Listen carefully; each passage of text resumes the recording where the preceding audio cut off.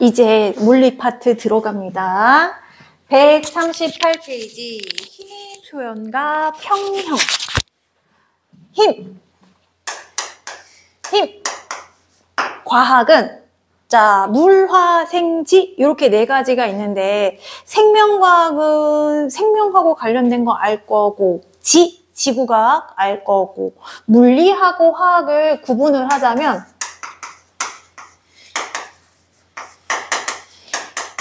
물질의 특성을 숫자로 표현할 수 있는 거를 물리라고 해요. 에너지의 크기, 그리고 그 다음에 뭐 온도, 뭐 부피, 밀도 이런 것들이 물리야. 숫자로 다 표현 가능한 거, 계산 가능한 거.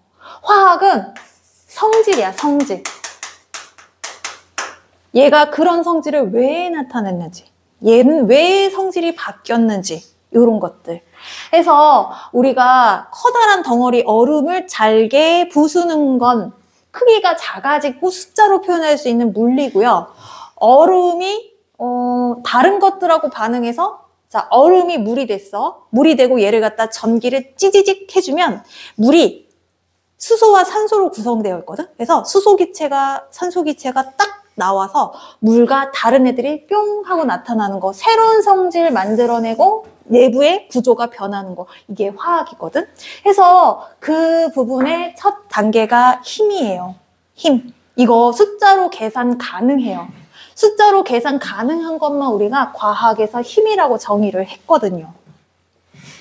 자, 그러면 과학에서 힘이라는 건 무엇이냐면 눈으로 드러나는 계산 가능한 무게 또는 얘가 이동한 거리가 있을 때 우리가 이것을 힘이라고 한다. 그래서 물체에 힘이 작용했다라고 하면 물체가 형태가 변하는 경우가 있어. 모양이 변하는 경우가 있어. 예를 들면 유리창이 깨진다. 종이가 찢어진다. 이거 모양이 변하는 거 맞지요? 그래서 힘이 들었을 때 유리가 깨지는 거 높은 곳에서 유리컵 하나 떨어뜨려 봐. 어떻게 돼? 오, 깨지지? 그치? 나의 실험 도구 어디 갔어? 아니야. 나의 귀한 실험 도구 어디 갔어? 없어졌네? 우리 작은 아들이 빼갔나 보다. 고무줄 갖고 있었는데. 됐다 두꺼운 고무줄이 있었는데 고무줄을 이렇게 훅 잡아당겨. 그러면 고무줄이 늘어날 거 아니야. 그치? 모양이 변한 거야. 그래서 힘이 작용했을 때 효과로는 첫 번째, 모양이 변하거나 두 번째, 운동했다라면, 운동 중이었다면 운동 상태가 변하거나 변화가 있다고 하면 이것은 과학에서 힘이다라고 표현한다는 거지. 자, 그러면 과학에서 힘이 아닌 거는 자, 요 두 개가 아닌 거야. 예를 들어서 숙제 오늘 왜 이렇게 많아요, 선생님? 숙제하느라 힘들어요. 다른 것도 숙제가 너무 많은데 이때 힘은 계산이 불가능한 거야. 자, 그 다음에 불판에 자, 삼겹살을 구워요.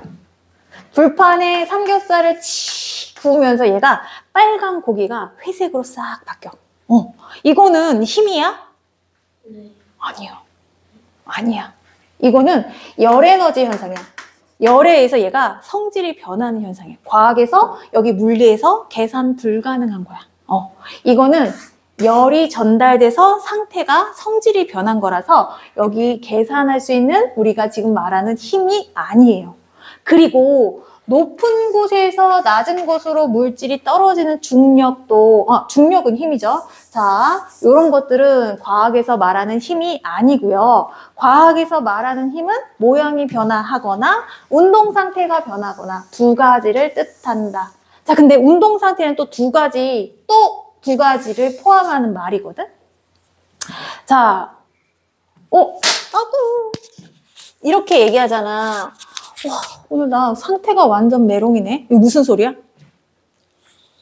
나 오늘 상태가 완전 메롱이네. 정신이 없다. 여러 가지를 표현하는 거 아니니? 몸이 안 좋다. 컨디션이 안 좋다. 아니면 뭐 굉장히 바쁘다. 여러 가지를 생각할 수 있지. 그치? 얘 운동 상태도 한 가지만 뜻하는 게 아니라 얘는 딱 두 가지를 의미하는 말이야. 뭐냐면 운동 중이었다면 빠르기의 변화가 있거나, 그리고 얘가 일직선으로 가고 있는데 왔다 갔다 좌회전, 우회전 방향이 변하거나. 요렇다라고 하면 우리는 운동 상태가 변했다 한마디로 묶어서 얘기하고, 이것은 힘이 작용했다라고 표현해. 그래서 과학에서 힘은요, 자, 효과로서 모양이 변하거나 운동 상태가 변했을 때 우리는 힘이 작용했다라고 얘기하고요. 요것의 단위는 요 힘에 대해서 발견한 과학자 이름을 따서 단위는 뉴턴이라고 합니다. 그리고 어떻게 측정하냐면 중력 방향을 이용해서 측정을 하는데요. 여기 안에 용수철이 들어가 있고 밑에 거리가 있어. 해서 여기에다가 물건을 딱 걸어. 그러면 용수철 저울이 가만히 있겠어?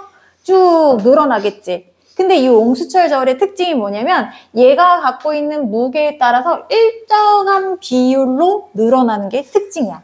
한 개 매달았을 때 얘가 5cm가 늘어났다? 근데 2개 매달잖아? 딱 증가하는 양이 플러스 5에서 전체 10cm가 늘어나는 특징을 갖고 있어. 그래서 일정하게 늘어나는 성질을 이용해서 당기는 힘의 크기를 용수철 저울로 또는 힘 센서, 자, 우리 눈금으로 디지털 센서 사용하기도 해요. 그래서 이런 것들로 힘의 크기를 측정한다. 자, 밑줄 치겠습니다. 과학에서 힘. 모양이나 운동 상태 변화 원인 밑줄.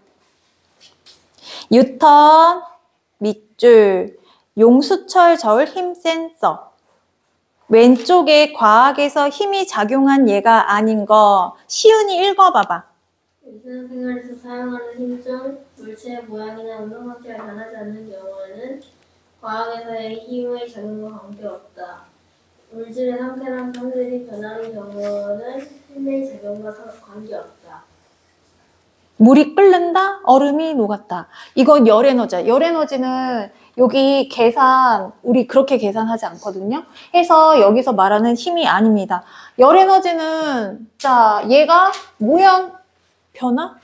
변화라기보다는 겉모양이 변하기보다는 우리 봐봐. 계란 삶아봐. 껍데기 그대로 있잖아. 변화 없잖아. 요 안에는 달라지겠지. 딱딱하게 굳어서 성질 변화가 생긴 거지. 성질 변화는 우리가 숫자로 계산할 수가 없어서, 자, 그런 거 빼고 오로지 변형 또는 속력, 빠르기, 방향 요런 것들의 판단 기준을 삼습니다. 자, 모양 변화 예를 한번 읽어볼게요. 하준이 읽어봐봐. 색 점토. 대리석에 초석 깨트릴 때 대리석의 모양 변한다. 알루미늄 캔을 3개 누를 때 캔의 모양 변한다. 자, 운동 상태 변화 읽어보세요. 썰매를 밀 때 썰매가 움직인다. 정지에 있던 정원을 밀 때 정원이 움직인다. 종이비행기를 날릴 때 종이비행기가 움직인다.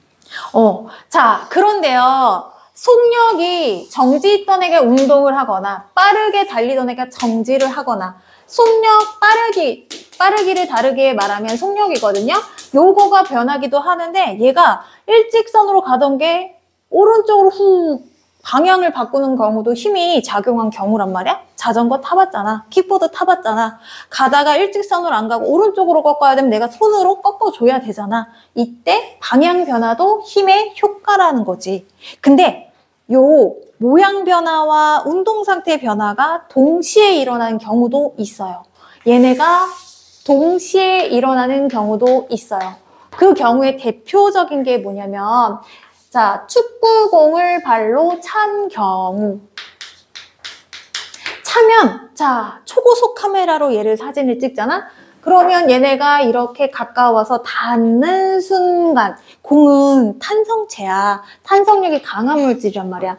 그래서 순간 발에 닿는 순간 얘가 살짝 찌그러져. 변형이 일어났네. 요렇게 오던 애가 되돌아가잖아. 방향이 바뀌었네. 내가 발로 차는 요 힘에 의해서 속력이 새로 생기잖아. 빠르기도 바뀌었네. 이 경우는 모양 변화, 운동 상태 변화가 동시에 일어나는 경우에 해당된다. 요것뿐만 아니라 야구공을 배트로 칠 때, 요때 그것도 그렇고 우리 왜 골프공 튕기면 엄청 잘 튀어 올라가는 거 알아? 얘 엄청난 탄성체야. 너무 단단하게 탄성체가 만들어져서 우리는 얘가 딱딱하게 느껴지지만 사실 얘 골프채하고 골프공이 만났을 땐 얘는 엄청난 탄성체라는 걸 알 수가 있어. 되게 멀리까지 가잖아. 팍 깨지지 않고. 자, 우리 팍 쳤을 때 골프공 엄청 높게 올라오거든요. 골프 칠 때도 얘가 이렇게 두 개가 동시에 변하기도 하고요. 그 다음에 우리 풍선 갖고 배구 같은 거 이런 거 하는 경우 있잖아. 우리 비치볼? 이렇게 놀러 가서 이렇게 풍선이나 아니면 비치볼 이렇게 부러진 공을 손으로 쳐서 날릴 때도 이렇게 두 개가 동시에 변하는 경우에 해당이 됩니다. 자, 그러면 얘네들을 우리가 정확하게 계산하기 위해서는 얘네들을 정확하게 표현해야 돼. 이걸 뭐라고 하냐면 힘의 표현이다 라고 얘기를 합니다. 자, 힘의 표현은 무엇이 필요한가? 자, 얘를 갖다가 내가 요렇게 아래쪽을 쭉 밀면 자, 이 화살표의 길이가 힘의 크기라고 했을 때 1번 요만큼 밀었을 때 2번 요렇게 밀었을 때 누가 더 많이 갈까? 그치.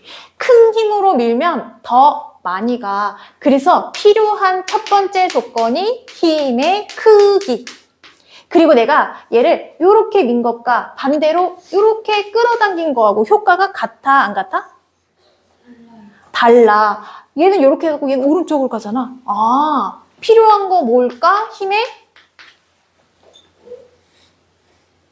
방향? 그렇지. 방향이야. 자, 그리고 세 번째, 얘를 갖다가 내가 평면에 눕혔어. 노트 책처럼 길쭉한 애들을 내가 평면에 눕혔어. 해서 내가 정 가운데를 슉 밀면 앞으로 직진합니다. 근데 내가 얘를 갖다가 옆에를 슉 밀면 앞으로 직진할까요? 이렇게. 오, 얘를 밀면 얘가 어떻게 되냐면 요렇게 시계 방향으로 확 꺾어요. 얘하고 다르네. 자, 그럼 요번에 내가 어디를 밀 거냐면 여기를 밀 거야. 얘를 슉 밀면 얘는 요번에는 요렇게 가겠죠. 반시계로. 오, 이 세 개의 차이점 뭐냐면 힘이 시작하는 점이 다른 거야. 그래서 세 번째로 힘을 표현할 때 정확하게 표현하기 위한 세 번째 조건은 힘이 시작되는 점, 이걸 뭐라고 하냐면 힘의 작용점, 요렇게 얘기해. 그래서 작용점이 어디냐에 따라서 효과가 중요해요. 다르게 나타나기 때문에 이 세 가지가 반드시 같이 표현돼야 정확한 힘을 표현할 수 있다. 그래서 예를 들어서 자자자자 눈금이 있어요. 눈금이 있어요. 한 칸에 2N입니다. 힘의 크기가. 내가 여기에서 얘를 갖다가 오른쪽으로 이렇게 힘을 줬다. 이 화살표의 길이는 힘의 크기를 의미하고요. 이 화살표의 두께가 아니라 힘이 커진다면 길이가 길어지는 거예요.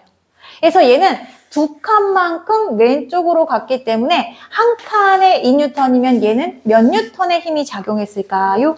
4N. 그치? 4N의 힘이 여기에 시작됐어. 이게 힘의 작용점이고 이게 힘의 크기고 얘의 화살표가 가리키는 방향이 힘의 방향이 되는 거야. 그래서 이렇게 했을 때 모든 것 작용점, 크기, 방향 모두 표현이 가능하다. 자, 그러면 일직선으로 안 가고 이렇게 가는 경우 있잖아. 이거는 우리가 뭐라고 하냐면 방위 표시를 주기도 해요. 요 4자 적어주고 요거를 동, 오른쪽이 동, 서, 아래가 뭐야? 남, 북. 그러면 이렇게 거꾸로 사여야 되는 거 아니에요? 왜 저렇게 사요? 네? 거꾸로 사여야지 동서남북 아니에요? 이 거꾸로 쓰기도 힘든데 어떻게 써? 거꾸로 쓸 줄 모르는데? 그냥 아니, 이거 맞아. 왜 그래? 자, 해서 요거 같은 경우에는 북서쪽이라고 표현해. 만약에 이 중간이면 북동쪽 이렇게 표현하면 돼. 오른쪽, 왼쪽, 동쪽, 서쪽이 아니면 이렇게 방위를 쥐어줬을 때 중간 방향이면 얘네들 뭉쳐서 북서쪽 방향, 북서 방향 이렇게 얘기해 주시면 돼요. 자, 해서 힘의 표현은 요 세 가지 요소가 반드시 필요하다. 우리 25분에 수업 끝나나? 25분인 것 같은데?